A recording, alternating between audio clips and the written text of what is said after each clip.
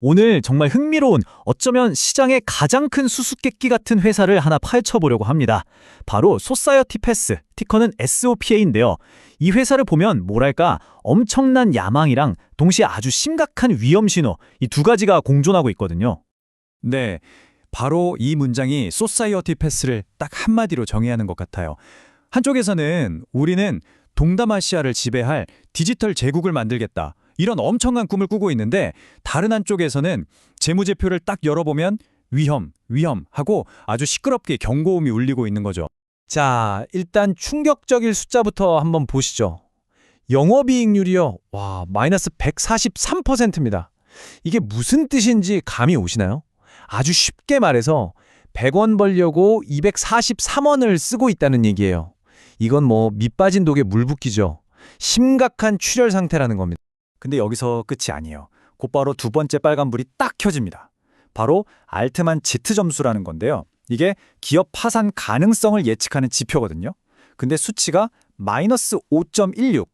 이 숫자가 얼마나 심각한지는 제가 잠시 후에 다시 설명드릴 텐데, 아무튼 지금은 회사가 진짜 위험하구나 하는 강력한 신호라고만 알아두시면 됩니다.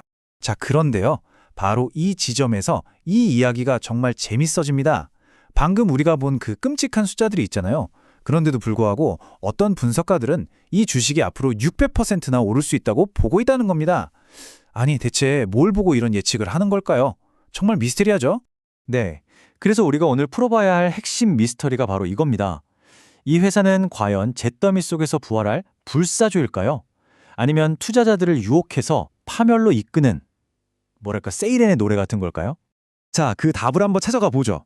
우선 투자자들을 그렇게 흥분하게 만드는 긍정적인 측면, 그러니까 소사이어티 패스가 그리고 있는 그 거대한 비전이 대체 뭔지, 그거부터 한번 들여다보겠습니다. 소사이어티 패스가 하는 주장은 이겁니다. 우리는 동남아시아라는 거대한 시장에 모든 걸 연결하는 디지털 생태계를 만들고 있다. 그러니까 자기들이 그 설계자라는 거죠. 굉장히 야심찬 포부입니다. 보세요. 이 규모가 정말 어마어마합니다. 360만 명의 소비자와 65만 개가 넘는 판매자를 연결하고 있어요.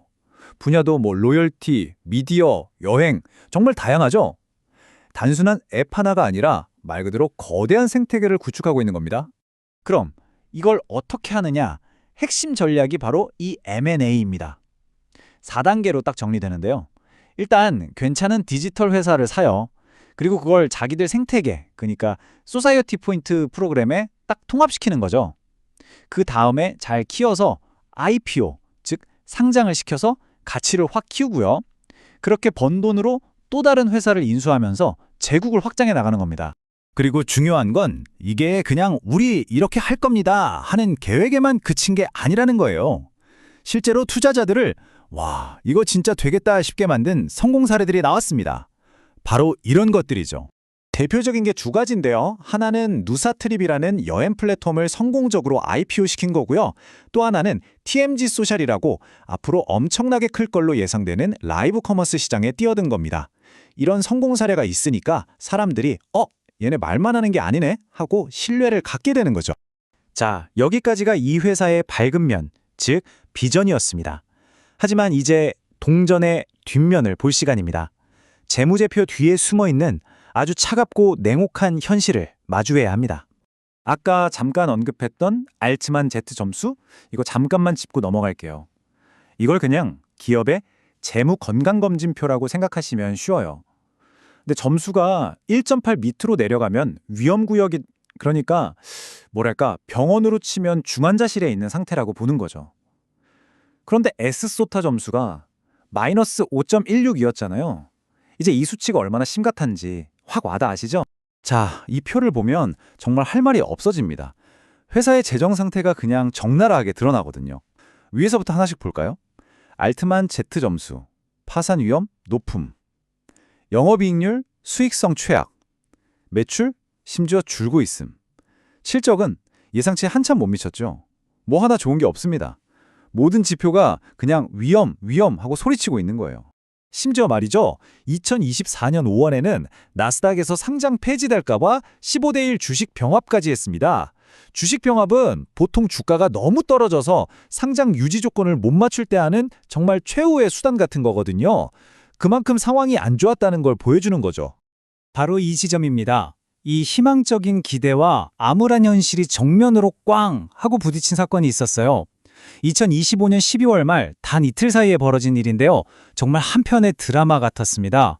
자, 타임라인을 한번 보세요. 12월 29일 TMG 소셜 관련해서 좋은 소식이 나오니까 주가가 41%나 폭등합니다.